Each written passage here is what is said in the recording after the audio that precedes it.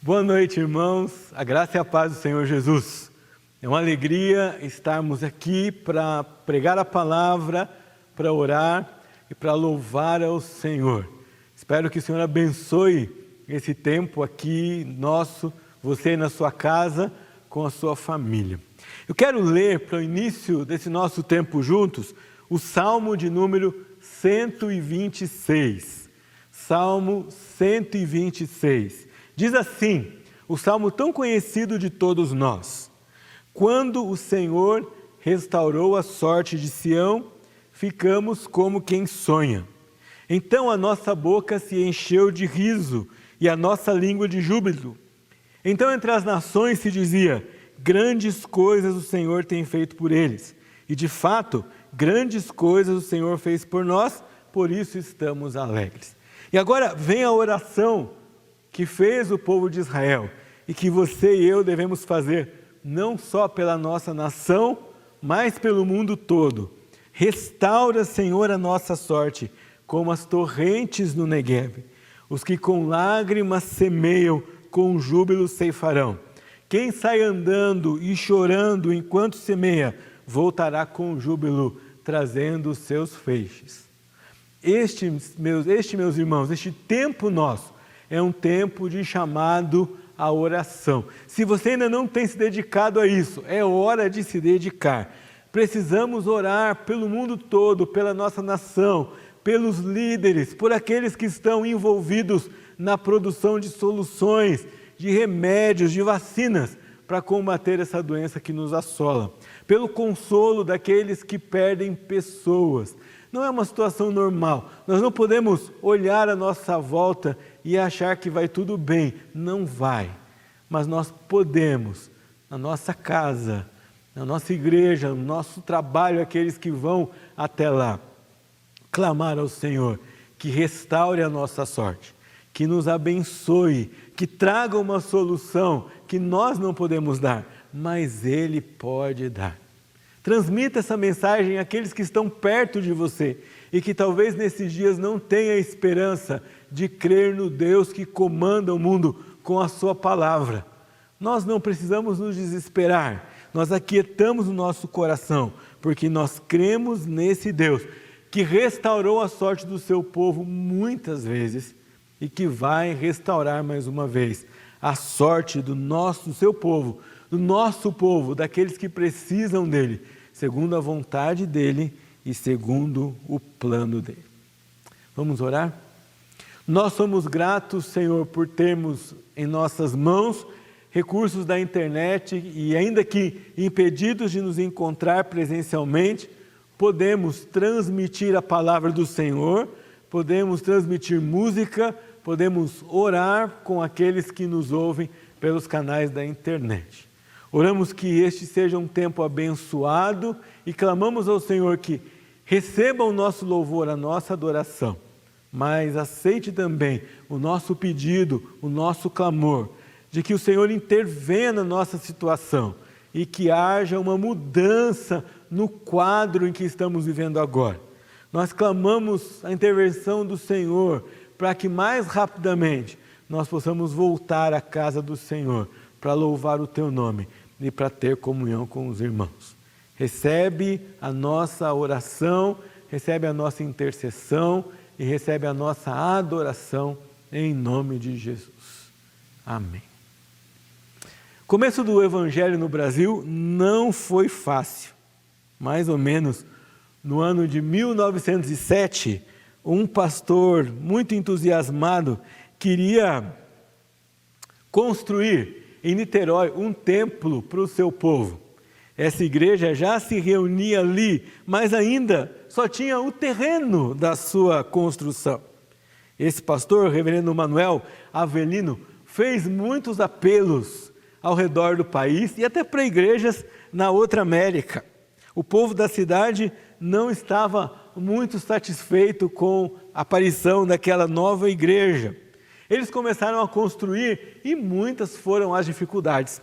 Em dado momento, os operários entraram em greve, em outros momentos havia alguma falta de recurso financeiro, então os próprios membros da igreja, em dado momento, se envolveram para construir no lugar dos trabalhadores faltantes.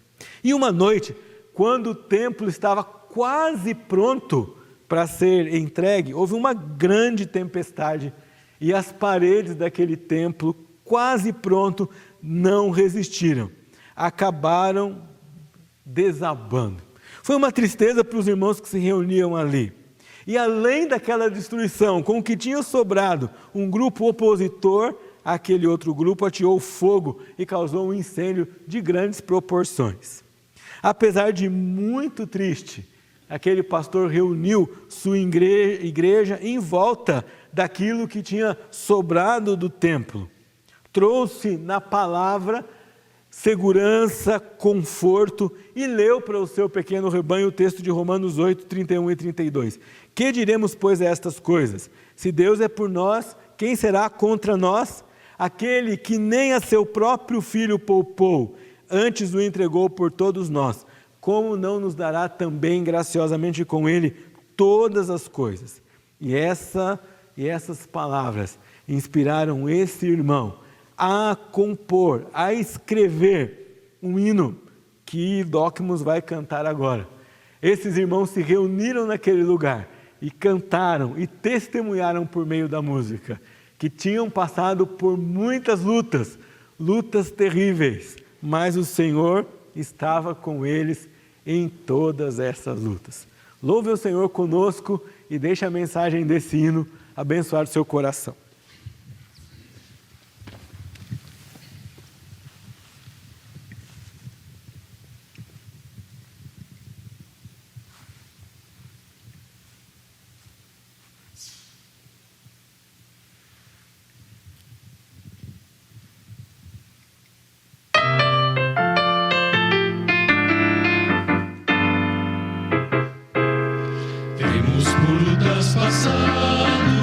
Lutas terríveis, cruéis, mas o Senhor tem livrado pelas seus servos fiéis.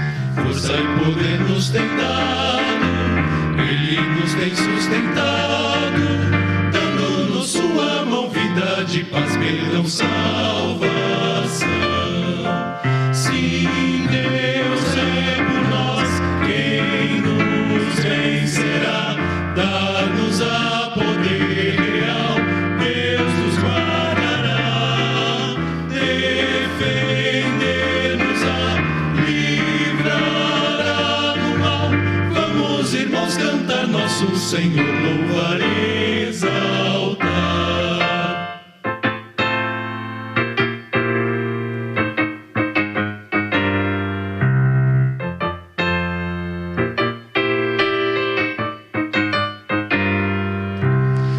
Deus nos tem prometido uma vitória total.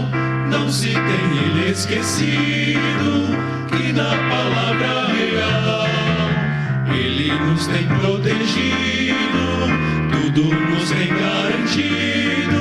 Graça e favor sem par, sim, todo bem-estar quer nos dar. Sim, Deus é por nós, vencerá, dá-nos a poder real, Deus nos guardará, defender-nos-á, livrará do mal.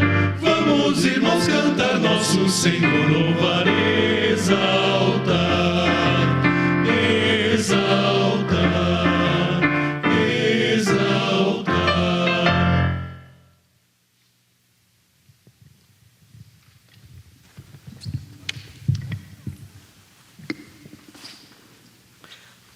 Amém.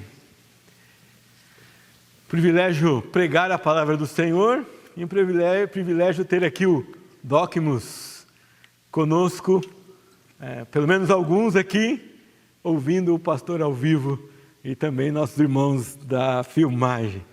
Já é algo a mais do que pregar só para a câmera. Então você que está em casa ouvindo hoje, vai ver que de vez em quando me dirijo aos irmãos que estão assentados aqui conosco, ouvindo a palavra do Senhor.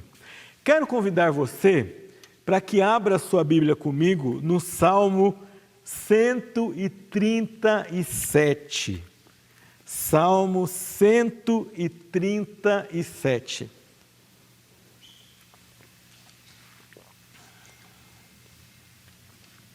Eu vou ler o texto e os irmãos podem acompanhar a leitura. Salmo 137. Diz assim: às margens dos rios da Babilônia, nós nos assentávamos e chorávamos, lembrando-nos de Sião. Nos salgueiros que lá havia, pendurávamos as nossas harpas, pois aqueles que nos levaram cativos nos pediam canções, e os nossos opressores queriam que fôssemos alegres, dizendo: cantem para nós um dos cânticos de Sião. Mas como poderíamos entoar um cântico ao Senhor em terra estranha? Se eu me esquecer de você, ó Jerusalém, que a minha mão direita se resseque, que a minha língua fique colada ao céu da boca, se eu não me lembrar de você, se eu não lembrar de Jerusalém, se eu não preferir Jerusalém à minha maior alegria. Contra os filhos de Edom, lembra-te, Senhor, no dia em que Jerusalém foi tomada, pois diziam: arrasem, arrasem Jerusalém até os seus alicerces.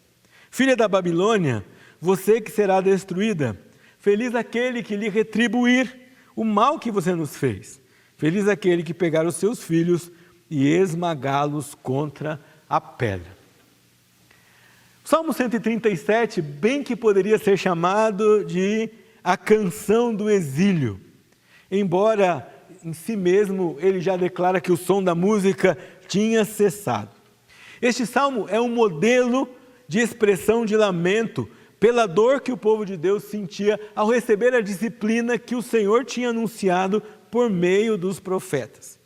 Mas ao mesmo tempo em que recebiam a disciplina do Senhor, também contemplavam com temor aqueles que não temiam a Deus e que ao mesmo tempo eram punidos por causa de sua maldade. Antes de nós estudarmos um pouco quais são as verdades desse salmo, nós precisamos lembrar de dois aspectos do texto que nós estamos lidando hoje à noite. Primeira coisa que nós temos de lembrar é que Salmos é um livro de oração e de cânticos. Portanto, é um livro de expressão pessoal da emoção, da crença, da vontade, da experiência daqueles que, inspirados pelo Senhor, oraram, cantaram e escreveram essas orações e cânticos aqui neste livro que temos à nossa disposição. O Salmo 137 tem sido classificado por diversos comentaristas como um salmo de lamento. O seu gênero literário, a sua estrutura literária é classificada como um salmo de lamento. O que pode nos levar a uma reflexão. Alguns cristãos têm ingenuamente condenado a arte do lamento, da expressão da tristeza diante de Deus, confundindo essa prática com murmuração ou falta de gratidão. Ora, expressar a Deus o que sentimos, nossa fraqueza em momentos de lutas, nossa fragilidade em crer na solução quando tudo está evidenciando o contrário, nosso desejo de solução mais rápida e imediata, é uma atitude legítima do crente que ora e apresenta a Deus suas queixas. E esse não é um privilégio apenas do cristão, do crente no Antigo Testamento. Paulo, quando escreve à igreja, ele diz assim aos filipenses: não andeis ansiosos de coisa alguma. E qual é o mecanismo que ele dá para os cristãos se livrarem da ansiedade? Antes, sejam conhecidas do Senhor diante de Deus todas as vossas petições, não só algumas, não só aquelas que você classifica como boas para apresentarem ao Senhor, mas todas as suas petições com súplicas e com ações de graça. Talvez podemos chamar esse tipo de oração de desabafo. E desabafar não é murmuração. É legítimo quando o crente expressa ao Senhor suas dúvidas, sua tristeza, seu choro, seu desapontamento, não como descrença, mas como expressão da sua limitação, porque ele crê em Deus, mas não pode ver muita coisa que o Senhor está fazendo, porque está além não só da nossa visão, mas também da nossa sabedoria e do nosso entendimento. E é assim que esse salmo pode ser entendido. Ele foi escrito para expressar, para registrar, não a alegria, não a comemoração, mas a expressão de alguém em luta, em agonia, em saudade, em tristeza, em separação e sem perspectiva concreta no livramento do tempo em que vivia, no tempo presente de Israel no exílio. Obviamente o salmo é escrito, é registrado, é trazido para o convívio depois do exílio, mas ele é escrito sobre o povo que está no exílio. Esse tempo do povo de Israel durou 70 anos, o que significa que aqueles que já foram para o exílio com 70, 80 anos não voltaram para a sua terra natal, pereceram em terra estrangeira. O contexto bíblico vai nos lembrar de qual é o contexto histórico desse salmo. O povo, desde Davi e Salomão, começou a se afastar do Senhor.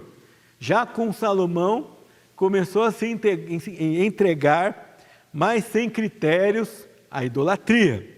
E Deus então começa a levantar profetas, um atrás do outro, para dizer a esse povo: vocês precisam se arrepender, senão a disciplina do Senhor virá sobre vocês. Vários profetas, Isaías, Jeremias, Amós, Oséias e quantos outros foram levantados por Deus, para avisar o povo de que haveria um dia em que seriam disciplinados caso não voltassem à obediência do Senhor. Então, o Senhor, que é longânimo e tardio em irar-se, por séculos advertiu o seu povo. Mas, no ano de 605 a.C., a Babilônia consolidava seu poder como grande potência mundial, destronando os dominadores da época. E aí, o juízo de Deus sobre Judá foi executado. Judá ficaria afastado da terra, do templo, da família, do lugar que por tanto tempo seus antepassados esperaram e lutaram para conquistar e estabelecer sua terra. No exílio, tinham de enfrentar língua diferente, clima diferente, cultura diferente, hostilização, zombaria, falta de liberdade. E, embora pudessem se consolar, reunindo-se para ensinar a lei de quando em quando, não tinha espaço amplo para praticar a adoração ao Senhor em sua plenitude, como tinham quando estavam na sua terra. É dentro desse contexto que nós temos de voltar para o Salmo 137 e ler esta oração de súplica, de pedido de socorro, de incerteza, de falta de evidência presente da ação do Senhor, esperando só que Ele haja num futuro, de preferência bem próximo. O salmista começa assim: às margens do rio da Babilônia. E para quem conhece um pouquinho de geografia bíblica, vai se lembrar que Israel não era tão irrigado assim. Aliás, se você olhar ali no mapa, você vai ver que de norte a sul, Israel era banhado pelo rio Jordão, que formava o lago da Galileia em cima e terminava no Mar Morto ao sul. Não era como o nosso país, com uma bacia hidrográfica ampla, não, pelo contrário. E você ainda tem de se lembrar que o rio Jordão não era um rio dentre os mais belos do mundo todo.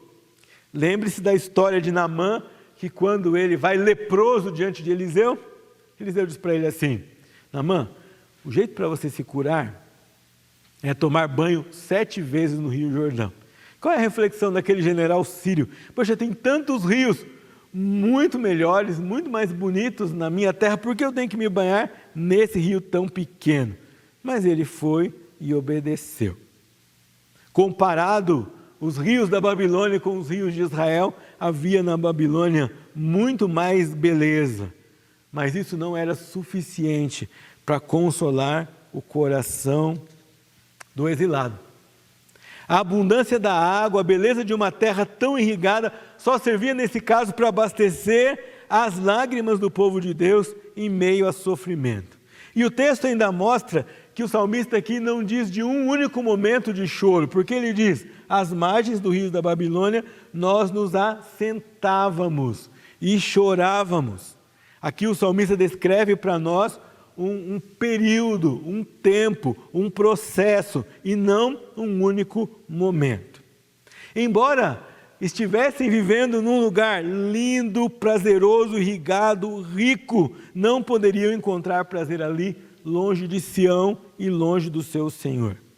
A empolgação que pudesse aparecer por viver numa metrópole mundial era logo sucumbida pela lembrança de estar longe de Sião, longe do local de culto em que prestavam adoração ao Senhor. Essa expressão de saudade, de lamento, também nos mostra o compromisso que eles tinham com o culto e com a pátria, a despeito de estarem no lugar mais cobiçado do mundo. E aqui o salmista se refere aos levitas, porque já no versículo 2 ele diz: nos salgueiros que lá havia, pendurávamos a nossa harpa. Se fosse aqui no nosso país, talvez diríamos, penduramos as nossas violas, né? Os nossos violões, mas eles penduraram a sua harpa. Em outra época, o sentimento do povo foi diferente. Ainda no exílio, quando começaram a voltar, logo quando voltam e têm o privilégio de reconstruir Jerusalém, o povo tem preguiça de investir na obra do Senhor, se lembra de como era morar na metrópole e querem reproduzir a vida na metrópole em Jerusalém, de forma que o profeta precisa pregar a eles que não era tempo de investir na própria casa, mas tempo de investir na casa do Senhor. Esses exilados que estão aqui não têm esse sentimento, pelo contrário, eles têm a tristeza porque não podem estar diante do local de culto separado para servir ao Senhor. O salmista descreve aqui como aqueles israelitas perderam a empolgação de cantar exilados na Babilônia. E olha aqui, o fato de terem levado as harpas para a Babilônia é outro detalhe no texto que mostra para você que esses levitas eram zelosos. Na hora de fazer as malas e de empacotar as coisas, porque não deve ser muito tranquilo, né? Dizer assim, olha, o exército está chegando, nós vamos ser exilados, estamos sendo atacados, você não tem tempo de planejar. Ninguém tinha comprado aqui uma passagem, nem reservado uma estadia no hotel da Babilônia.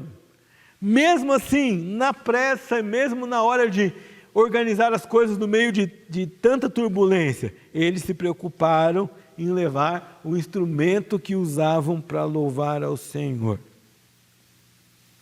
A despeito do povo desobediente, a despeito do juízo e da disciplina do Senhor, a palavra sempre nos mostra que o povo de Deus guardou um remanescente fiel. Havia sempre um grupo que permanecia fiel à lei e fiel àquilo que deveria fazer para o Senhor, fiel às ordens e à vontade do Senhor. A descrição da bela paisagem aqui serve para contrastar a tristeza no coração daqueles que estavam longe demais de praticar o que o Senhor tinha ordenado pela lei. Você vai se lembrar que Israel tinha a ordem de cultuar em Jerusalém e de oferecer ali sacrifícios no templo. A expressão aqui não é apenas de lamento, é também uma expressão didática de advertência, de sinal, de apelo a não se envolver demais com as belezas da Babilônia e abrandar a tristeza no coração por estar longe da cidade estabelecida pelo Senhor. Esse alerta que o salmista nos traz e traz ao seu povo por meio de cantar a sua história, é também um alerta para mim e para você. Nós precisamos criar esse alarme no nosso coração, não apenas nos padrões de comportamento mundano, mas também nos padrões de pensamento mundano que não estão de acordo com a palavra de Deus. Mesmo nós, em nosso tempo, precisamos vigiar e orar. Tempos difíceis e que não podemos deixar que a fragilidade e nossa impotência diante da nossa situação nos faça recuar dos valores da palavra de Deus, nem em nosso pensamento, nem em nossa ação. Nós não podemos em nenhum momento nos encantar com os valores da Babilônia ou com os valores desse sistema que não honra o Senhor. Os mandatários daquela Babilônia, daqui um pouco na frente no Salmo, ainda vão querer que aqueles levitas exilados produzissem cânticos. E não é que eles quisessem ouvir louvor ao Senhor, era uma espécie de afronta aos valores do povo de Deus. A nossa sociedade, de igual modo, tenta infundir na nossa vida valores que são contrários aos valores de Deus. E nós não podemos deixar que nós sejamos influenciados de maneira a pensar como babilônicos, ao invés de pensar como cidadãos do céu, ou como crentes que pensam e vivem como Cristo. Olhe comigo o versículo 3. O salmista diz assim: aqueles que nos levaram cativos nos pediam canções, e os nossos opressores queriam que fôssemos alegres, dizendo: cantem para nós um dos cânticos de Sião. Alguém pode ler esse texto e pensar: ah, que coisa boa!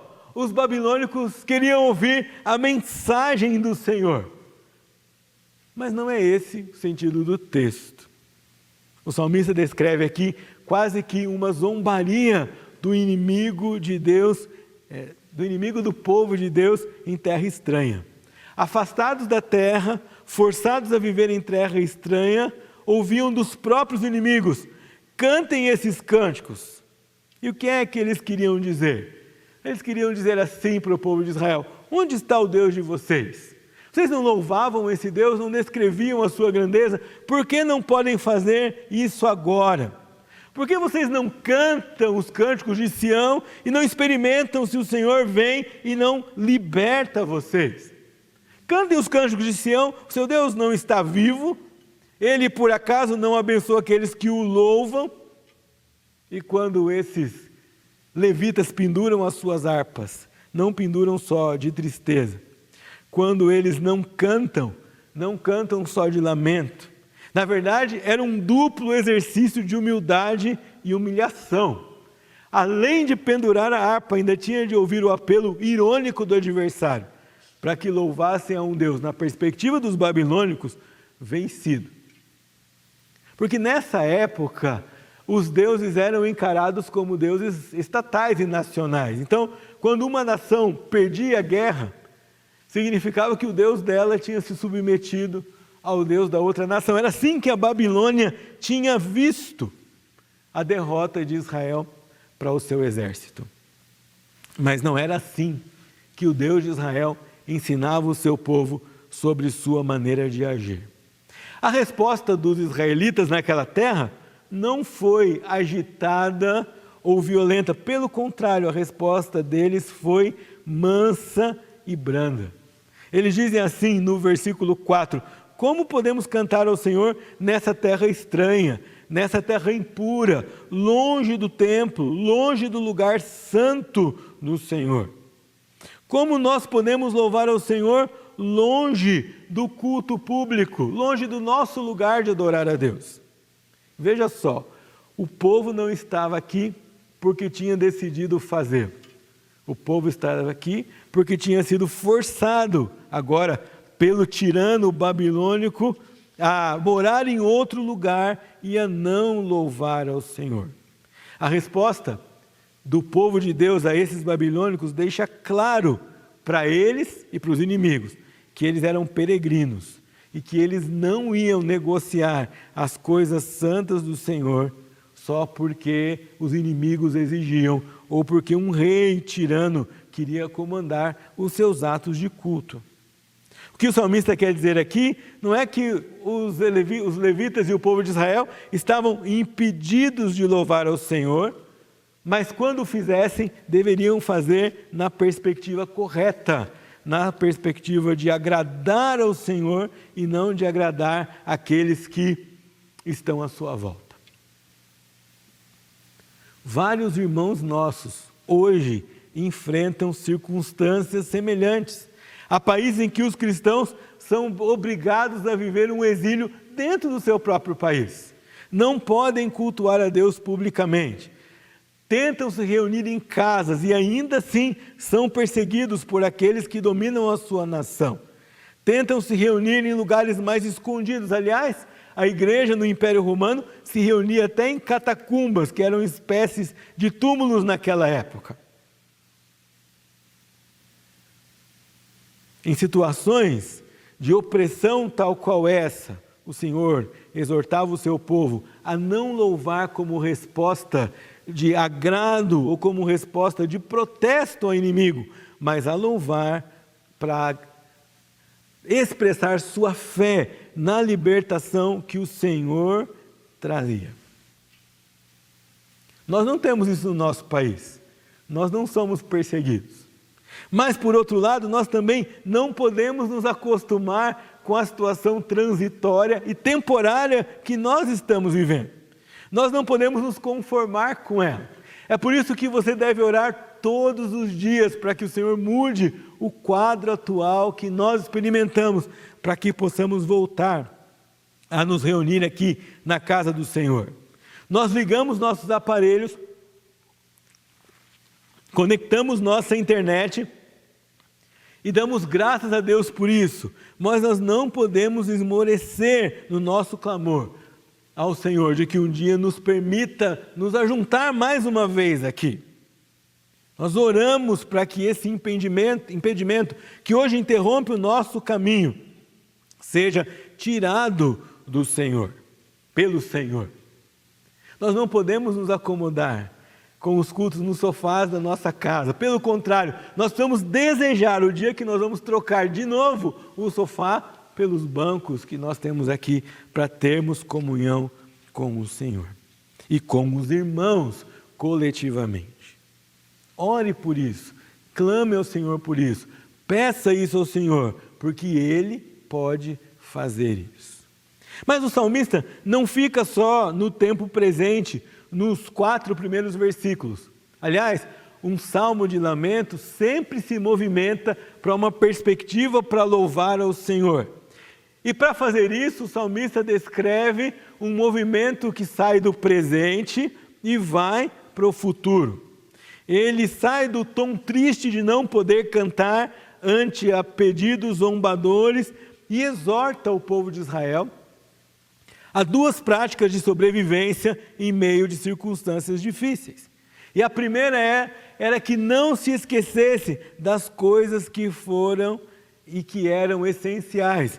Toda a beleza da Babilônia não poderia ofuscar o desejo de voltar a Jerusalém. Olha o que diz o salmista no versículo 5. Se eu me esquecer de você, ó Jerusalém, que a minha mão direita se resseque. E que a minha língua fique colada ao céu da boca, se eu não me lembrar de você, e se eu não preferir Jerusalém, a minha maior alegria. O texto é poético, portanto ele não está falando aqui de coisas literais, mas ele está intensamente chamando o povo a olhar ao futuro, a olhar aquilo que o Senhor ainda faria no seu tempo e à sua maneira, e a nutrir no seu coração esperança e confiança nos caminhos do Senhor. Parafraseando, nós podemos dizer assim: não podemos gostar tanto dessa vida e parar de pensar na cidade celestial, em nossa verdadeira pátria. Não podemos nos acomodar com qualquer situação favorável ou desfavorável aqui, que não nos faça pensar e olhar para o Senhor e para aquilo que Ele ainda vai fazer na história, conforme o seu propósito, conforme aquilo que Ele quer executar na nossa nação e no mundo inteiro. A descrição que o salmista faz é intensa, ela não combina com o nosso jeito de falar, mas ela combina com o jeito de Israel de expressar as suas emoções.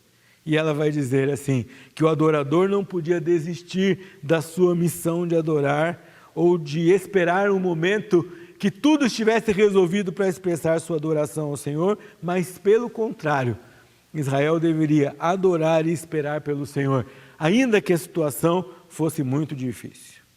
A segunda prática que o salmista aconselha o povo de Israel é de confiar na consumação dos planos do Senhor no futuro. Então, a primeira, louvar ao Senhor por aquilo que Ele é e ainda vai fazer. E a segunda é uma esperança escatológica nesse momento, escatológica para o povo exilado, escatológica para nós, mais concreta.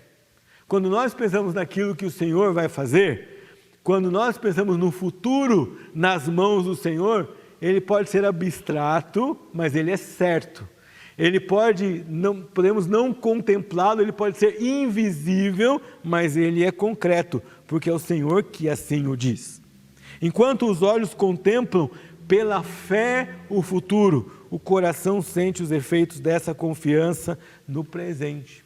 E o povo, o salmista chama o povo a lembrar daquilo que Deus tinha dito por meio dos profetas. Talvez quando você lê o versículo 7, 8 e 9, você vai dizer assim, puxa, mas o salmista é meio radical. Mas ele não está falando aqui da própria opinião. O salmista, nos 3 últimos versículos, repete o juízo do Senhor, que, por exemplo, tinha sido proferido por Jeremias e Obadias a respeito de Edom e a destruição desse povo, que não só tinha zombado de Israel, mas que tinha dificultado sua entrada na terra e que, em dado momento, tinha se juntado aos inimigos para combater o seu próprio irmão. Os irmãos vão se lembrar que Edom era uma nação meio que irmã do povo de Israel, porque vinha do mesmo tronco, vinha de Esaú, irmão de Jacó, de quem descendeu o povo de Israel. Ao comentar esse texto, João Calvino diz o seguinte: se as promessas divinas nos inspiram com esperança e confiança, e o Espírito de Deus molda as nossas aflições de acordo com sua própria retidão, devemos erguer nossa cabeça nas mais profundas aflições pelas que tenhamos que passar e gloriar-nos no fato de que tudo está bem conosco em nossas piores fadigas e que nossos inimigos estão destinados à destruição. A linguagem pode parecer dura aos olhos dos crentes de hoje, mas era confirmação da esperança do crente do Antigo Testamento que olhava para aquilo que o sábio e soberano Senhor ia fazer, cumprindo a palavra dos seus santos profetas. Não era aqui um sentimento de vingança carnal, mas era a declaração do juízo de um Deus justo. E assim também deve ser conosco. Quando nós proferimos aquilo que o Senhor vai fazer no futuro, quando Ele voltar, quando Ele levar a sua igreja, quando Ele vier aqui para julgar, o sentimento no nosso coração, ao pregar essa mensagem, não pode ser um sentimento de vingança, mas tem que ser um sentimento de fé na retidão daquele que vai julgar como justo juiz todas as nações e vai colocar e vai consumar o final da história de maneira reta, declarando o final de todas as coisas, o alívio de todas as dores. O justo juiz não está inerte e o seu plano será executado.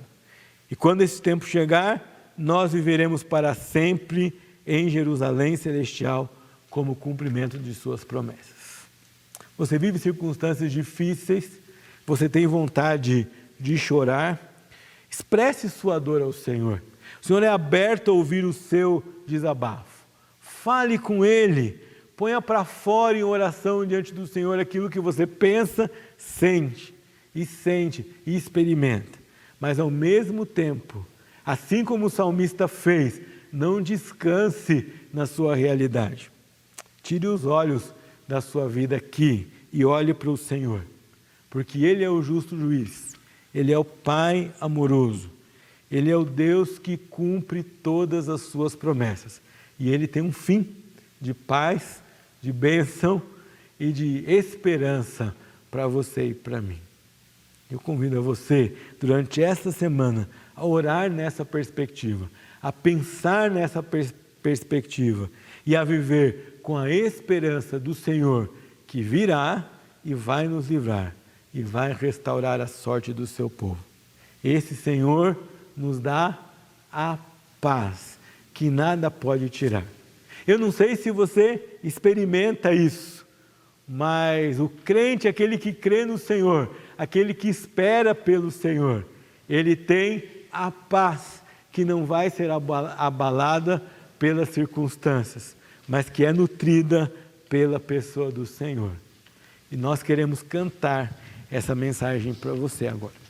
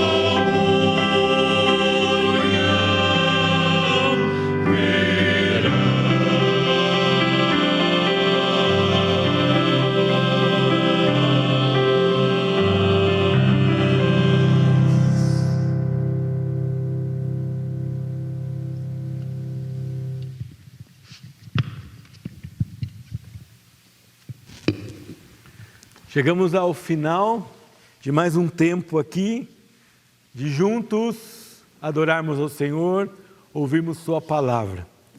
Desejamos que você tenha uma boa semana e que nesta semana, seja no meio das lutas, seja no meio da bonança, você desfrute dessa paz que vem do Senhor, que vem daquele que olha para o Senhor e que vem daquele que confia nesse Senhor perfeito, que cuida de nós e que tem nas suas mãos o domínio de tudo aquilo que vai fazer. Não é surpreendido, pelo contrário, tudo aquilo que nós experimentamos encontra um propósito e um dia nós vamos compreender alguns desses propósitos.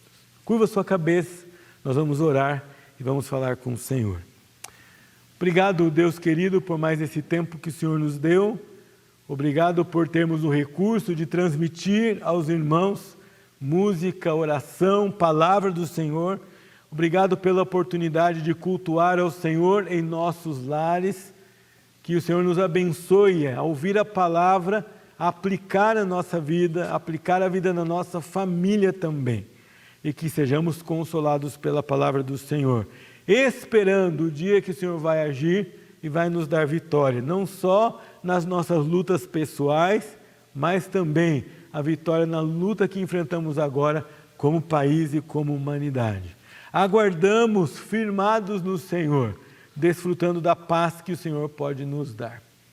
E agora, que a graça do Senhor Jesus Cristo, a consolação de Deus, o nosso Pai, e as consolações do Espírito Santo sejam com todos os irmãos durante esta semana, com todo o povo de Deus espalhado pela face da terra, até a volta gloriosa do nosso Senhor Jesus Cristo.